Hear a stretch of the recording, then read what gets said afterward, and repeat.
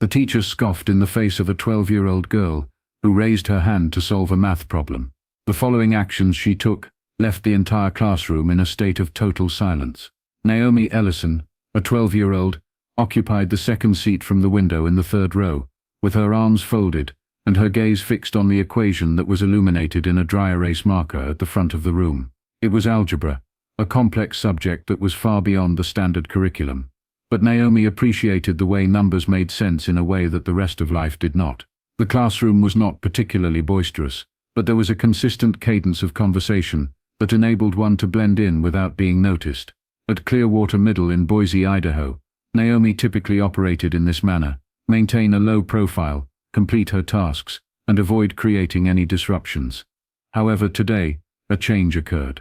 Turning from the board, Mr. Redford, a tall, grey-haired man, with a persistent smirk and sleeves that were always rolled to the elbow, addressed the class. "No problem," he replied, tapping the tip of his marker against his palm. "I will refer to you as the next Einstein, if anyone is able to resolve this." The students were amused. A few children rolled their eyes. The majority of individuals gazed downward at their notebooks. Naomi's fingertips trembled. She gazed at the figures once more. The steps were being processed by her brain in solitude. Slowly, she raised her hand. "Once Mr. Redford blinks. Ellison," he said, his recognition of her name seeming to startle him, as if he had forgotten she was present. "Do you wish to attempt it?" Naomi's voice was obscured by her ribcage as she nodded. He smiled and said, "Oh, this one is impossible. We should not squander our efforts." A few students conducted snorting exercises. A youth in the rear of the room exclaimed a phony, high-pitched laugh. Naomi's cheekbones were scorched. She did not lower her hand. She gazed at Mr. Redford with eyes that were steady, silent, and unmoving. Wavering his hand, he gestured. "It is satisfactory. We should proceed." However, it was not satisfactory. Naomi's hand descended gradually and meticulously, resembling the folding of a wing. Although the moment had passed, she retained an internal sensation that required ventilation. It was not anger, nor was it shame. Rather, it was a need for release. Mr. Redford spoke at an excessive pace while composing the subsequent issue. Following suit, the remainder of the class did so. Naomi refrained from moving. She maintained her attention on the initial issue. She was aware of the sensation of being undervalued. It was not novel. She was the sole black pupil in the honors math class, and one of 3 in the entire grade. Certainly, her teachers beamed at her. But it was a thin smile, the kind that says "good girl," but doesn't really anticipate much. Additionally, Mr. Redford. He did not contact her unless it was necessary. A girl seated 2 seats above me murmured something behind her hand. Naomi was unable to hear the words, but she could feel them as they landed. Laughter once more. Laughter consistently identifies the most straightforward target. The bell rang, backpacks were zipped, and chairs scuffed the tile. Naomi maintained a deliberate pace, anticipating the cessation of the frenzy. Mr. Redford capped his marker and turned to clean the board. She refrained from departing. She addressed him as Mr. Redford. He was taken aback by her continued presence, and he turned halfway. "Is that correct? Is it permissible for me to have that issue?" she inquired. He expressed dissatisfaction. "What do you mean?" "The initial one," she agreed. "The one you declared to be unattainable." He gazed at her for an extended period of time, before reaching into the receptacle beneath the board and presenting her with a folded sheet. "I mean, of course," he said. "Knock yourself out," as if it were a jest, as if there was no possibility that she would respond. Naomi accepted it, without uttering a word, placed it in her math folder, and departed. However, she did not return home with the intention of ignoring the incident. She returned home to resolve the matter. Naomi walked the 2 blocks home as she always did, passing by the small gas station, with the crooked sign, and the laundromat, whose machines always emitted the scent of burning dryer sheets. She was scarcely aware of the fact that her backpack bounced with each stride. Her thoughts were elsewhere. The problem that Mr. Redford claimed was impossible was concealed within that front zipper. Denise Ellison, her mother, was simultaneously operating 2 burners and the air fryer in the kitchen. Naomi was immediately greeted by the aroma of seasoned chicken and green beans upon entering the residence. Denise announced over the sizzling, "You are arriving home early." Naomi did not respond immediately after dropping her knapsack by the dining table. She slid into the corner seat, where she consistently completed her assignments, the same seat that her older brother had occupied prior to his departure for college. She extracted the piece of paper and placed it on a level surface. "Is everything going well at school?" her mother inquired, peering around the corner. Naomi gave a slight inclination. "Yes. I have a mathematical issue that I would like to resolve." Denise approached the paper, wiping her hands and taking a closer look. "No, that does not appear to be the norm," Naomi responded. "It is not. My educator declared it to be unattainable." Her mother raised an eyebrow. "And you perceived that as a challenge, correct?" There was a slight smile from Naomi. "Something similar." Denise returned to the stove after kissing the crown of her head. "Well, you inherited your father's intelligence. You will break it open completely. I am confident that you will." Naomi did not express it aloud, but the experience of being believed without the necessity of providing evidence motivated her to exert more effort. She commenced her duties. Paper edges fraying from being turned and folded, pencil tapping, and eraser shavings building up. It was a challenging endeavor. At first the figures were difficult to reconcile. The formula appeared to be distorted. However, the more she gazed, the more it began to change, not in a cohesive manner, but rather by revealing small previously unseen areas. She worked for hours, only pausing to eat when her mother summoned her for dinner. She ate with one foot hopping beneath the table, and then resumed her work. Her bedroom floor was strewn with scratch paper and failed endeavors by 9:40 p.m. For the 51st time, she lay on her stomach, her chin resting on her forearm, gazing at the same line of digits. Afterward, a realization occurred. A filament, a minute connection. She sat up, began the process anew, but this time with a slowed pace, and rebuilt the entire structure. She did not experience any delay with her pencil. The path gradually began to emerge in front of her. There was no need for speculation, only clarity was present. She reviewed her work twice, 3 times, and then almost without thinking, she began again from a different perspective. Her objective was not merely to double-check, but to determine if there was an alternative approach or method. Her mother entered the room at approximately midnight. "Are you still engaged in this endeavor?" Naomi raised her head, her pupils wide and slightly bewildered. "I believe I have it." While Denise beamed, it was a smile that was tinged with anxiety. "Baby, it is past midnight," Naomi murmured. "I am aware, however, I have resolved the matter." She presented 2 pages, one containing her original work, and the other containing a new cleaner method that she had crossed out. "I actually did," she said. She gazed upward at her mother, as if she were holding evidence of something that transcended numbers. Denise sat beside her on the floor, holding the documents in her hand, and simply gazed at them.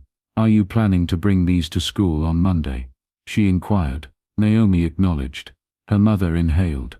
"Okay then. Avoid excessive display of arrogance." Naomi smiled. "I am not. I merely desire for him to observe." However, Naomi was not prepared for the drastic change in sensations that would ensue. The instant she returned to the classroom, Saturday transpired in a haze. Naomi did not typically snooze in. She was once more at the kitchen table by 7:30, her papers neatly arranged in neat piles. 4 pencils had been sharpened by her.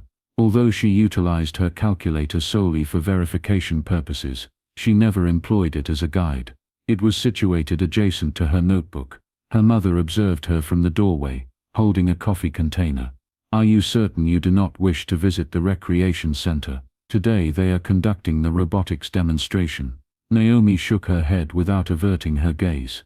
"Perhaps in the future." Denise continued to observe for an additional few seconds before relinquishing control. Naomi was not squandering time. She was addressing an issue that was exclusively visible to her. Later that afternoon, her younger sister Zoe danced through the living room, dragging a blanket and imagining it as a regal cape. She sang, "Naomi, come be my math wizard." Naomi did not raise her head. "Later, you consistently express that sentiment. However, this time I am sincere." She reworked her solutions on clear paper twice, and subsequently made another copy. She did not wish for it to appear disorganized.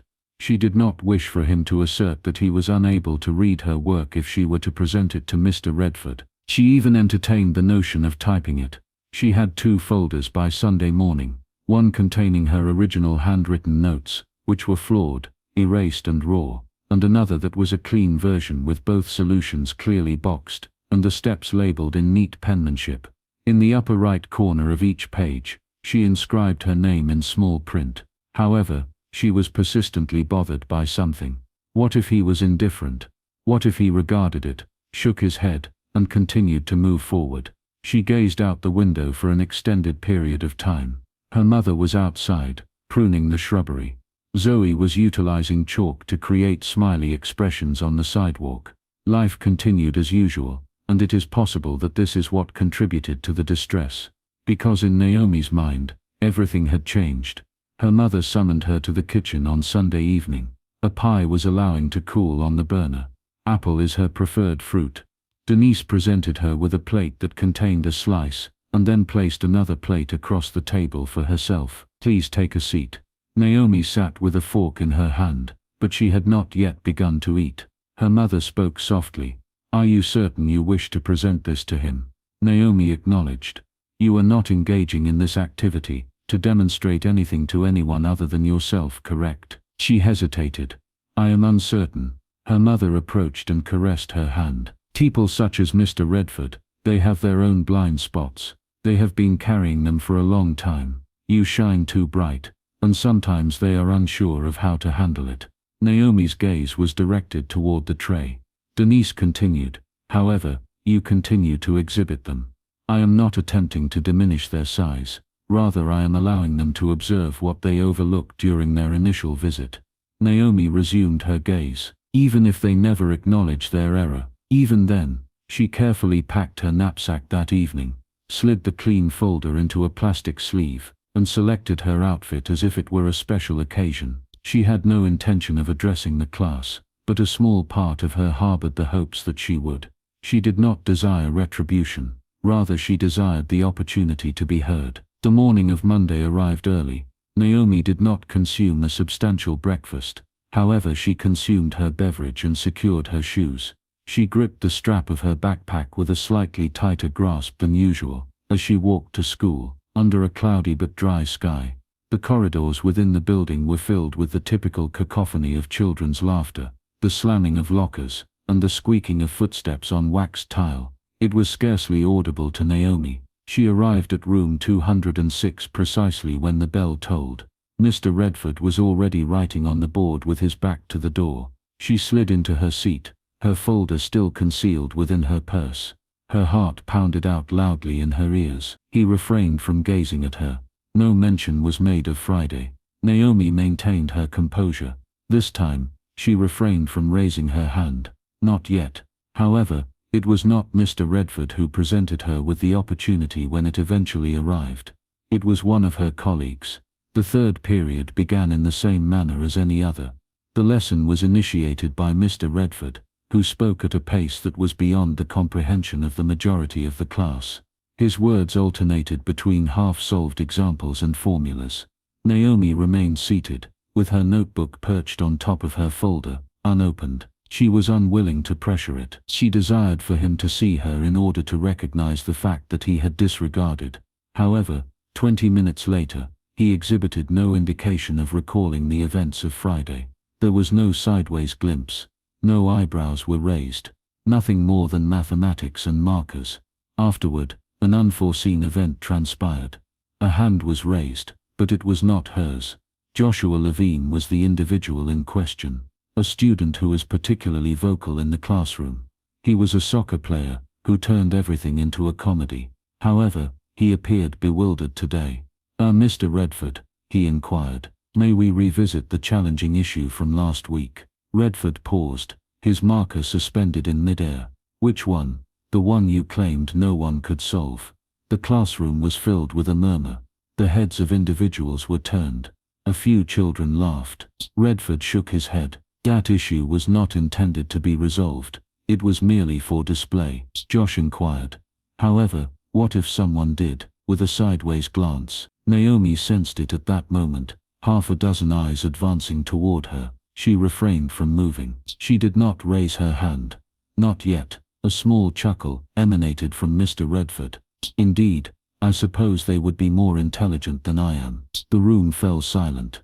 Naomi extracted the folder from her purse with a measure of caution and deliberateness. Her hands did not tremble. Not at this time. She extended her hand. Excessive, direct, self-assurance. Redford hesitated. His gaze intersected with hers, and for a brief moment, the atmosphere was oppressive. "Do you wish to attempt it at this time?" he inquired. Naomi did not speak. With her portfolio in hand, she stood and proceeded to the front of the classroom. No one murmured. There was no laughter. She removed the documents from the folder and placed them on the desk. Subsequently, she approached the board with a fresh black marker. The equation was still faintly discernible beneath the new writing. She rewrote the original and obliterated the new issue with a single swipe. Naomi retreated. "There are two methods to resolve the issue. I have documented them for your reference at a later time." Redford blinks. He took a step back, gesturing for her to proceed. She did not return her gaze to him. Naomi addressed the directors and initiated an explanation. Although her voice was not particularly strong, it was audible, unambiguous, consistent. As she progressed through the initial method, she labeled each step. She took a moment to inquire, "Has everyone been following along thus far?" There was no response, so she proceeded. Each number was placed precisely where it was intended. The signs all pointed in the correct direction. She enclosed the response in a box, and then proceeded to the side. That is the initial approach. Subsequently, she reversed the page and initiated the process once more. This method is more complex, but it is effective if you are unable to recall how to factor. No changes were made to her tone. She was not boasting, she was instructing. Upon completion, she capped the marker, returned to her desk, and sat down. Silence. At that time, Josh murmured, "That's unfortunate." One of the girls in the front murmured, "She truly accomplished it." Additionally, an individual applauded from the rear. A single applause, then a few more. Although it was not a standing ovation, it was genuine. Mr. Redford advanced, extracted her pages, and conducted a scan. He refrained from addressing the audience immediately. However, his voice became more subdued when he did. "It appears that I was mistaken." Naomi gazed into his eyes for the first time since Friday. She replied, "Yes, you were." However, the events that transpired subsequent to the class would demonstrate that the resolution of the issue was only one aspect of the narrative. The manner in which individuals responded to it was the remaining factor. The class did not exhibit the typical reaction of jumping up when the bell sounded. There was a moment of hesitation, as if no one wished to be the first to act. Naomi returned her folder to her knapsack, secured it with a zipper, and then stood. Josh extended his arm toward her as she approached the entrance. "That was truly disgusting." Naomi gave a slight inclination. "I am grateful." She was at a loss as to what to say next. Voices reverberated down the corridors, and footsteps bounced off the lockers in the entryway. However, Naomi demonstrated minimal awareness. As she traversed the throng, she experienced an altered sensation. Not necessarily taller, but more stable, like she was no longer attempting to reduce her size. She was on her way to her locker when she heard her name, as she rounded the corner. "Hello, Naomi." Camille Dorsey was the individual in question. One of the most popular females. Beautiful, boisterous, and perpetually at the epicenter of an event. Camille ran alongside her. "You actually resolved that issue." Naomi responded lightly with a "yeah." That was insane. Even Mr. Redford appeared to be in a state of shock. Naomi shook her head. It was not an insurmountable challenge. Camille chuckled, flipping her braid over one shoulder. "You are a boss, girl. You made that man eat his own words." Additional footsteps. A few other children remained in the vicinity, observing Naomi with a different perspective. They were not mocking or neglecting her. They were simply observing. One of the boys murmured, "I failed to complete the initial step." Another individual responded, "Identical." Naomi did not smile, nor did she lower her gaze. She immediately opened her compartment and commenced the customary process of exchanging books. Mr. Redford strolled down the hallway, toting a stack of documents. He briefly observed Naomi before continuing his journey. Nodding. A straight face and rapid steps are all that are required. No, good job. She occupied the same table at lunchtime, which was situated toward the rear. Principal Marcia Linwood approached her, as she was midway through her sandwich. Hello, Naomi. Would you like to take a moment? Naomi blinking. I suppose so. She followed Principal Linwood to the front office, where the assistant principal and one of the counselors were awaiting. Linwood signaled for her to recline. We were informed about this morning, she replied with a smile. We were provided with your work by your mathematics instructor. Naomi maintained a more upright posture. Oh, Mr. Patel, the counselor leaned forward. We would like to suggest that you be considered for the regional math showcase that will take place next month. It is a weekend event in Spokane. It unites the most exceptional middle school pupils from the surrounding region. Naomi once again blinked. Wait, is that accurate? Linwood acknowledged. We believe that you would be an effective representative of Clearwater. Naomi's midriff underwent a gradual contraction. She had not anticipated this outcome. She had only desired to disprove Mr. Redford. There were now additional individuals who were observing her, individuals who were convinced of her innocence. May I speak to my mother about it first? Mr. Patel responded. Certainly. The information will be sent home today. Naomi felt her legs feel unusually light as she walked back to the cafeteria. She was both exhilarated and uncertain, because the issue was no longer limited to a single issue. She was now visible. During the final period of that afternoon, Miss Barlow, who instructed language arts, interrupted her lesson to utter the following. Naomi, I have heard about your actions in math class. I am impressed by your work. Half of the students turned to observe her. Naomi refrained from uttering any words. She simply nodded in silence. Her mother was waiting in the car when the final bell rung, and she stepped outside. What was the outcome? Denise inquired as Naomi fastened her seatbelt. Naomi presented her with the showcase flyer. They are requesting that I travel to Spokane next month. Her mother read it slowly before turning to her. Are you for real? Naomi acknowledged. Well, Denise said as she began to operate the vehicle. It appears that the seemingly insurmountable issue was resolved in a more substantial manner. However, the mathematics were not the most challenging aspect. She was confronted with individuals who had not anticipated her victory in the first place. The following morning, Naomi entered room 206 in the same manner as any other day. The identical workbench, the same notebook, the same scratch on the seat that could have caught her cardigan sleeve if she was not cautious. However, the ambiance was peculiar, not tense, but rather distinct. Suddenly, children who had never spoken to her more than 2 words were observing her from the corner of their eyes. A girl approached her companion and whispered something. Naomi was unable to hear it. However, the manner in which they regarded her was sufficient. Just prior to the chime, Mr. Redford entered the building. Good morning, he did not say. He did not inquire whether anyone had any inquiries.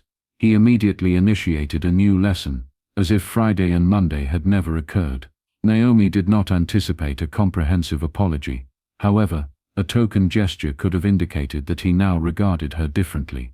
However, he did not address the issue, or her solution, not even in passing. Instead, he distributed a worksheet, as if nothing had transpired. Naomi remained silent as she resolved the issues. However, her thoughts were diverted, not because she did not comprehend them, she did, but rather because the silence emanating from Mr. Redford was more persuasive than any other element in the room. She waited once more after class. Allow the other children to exit. She approached his workstation when they were alone. His gaze was directed upward. Do you require anything? Naomi hesitated, before extracting the folder from her purse. These are the pages that were originally published over the weekend. You indicated that I could bring them in. Redford merely looked at the top sheet as he retrieved the folder. He replied with a polite smile, Thank you. I have already presented the copies to the principal. That concluded the matter. There will be no well done, or I was wrong.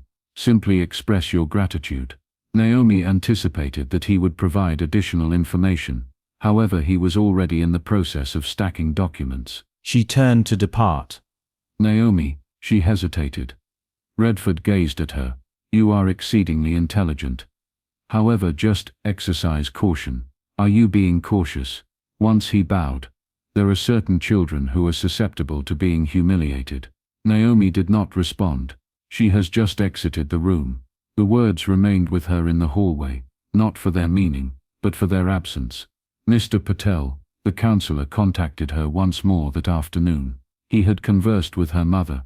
The journey to Spokane was authorized for her. Her registration had already been submitted.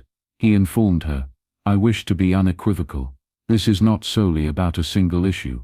It pertains to your cognitive processes, the method by which you deliberate. That is not something that can be fabricated." Naomi acknowledged. "However, I also want you to be aware that you will encounter individuals at that event who have never had to contend for visibility." He continued. Bending forward slightly, refrain from being thrown off by that. She gazed at him. "I will not," he grinned. "Good."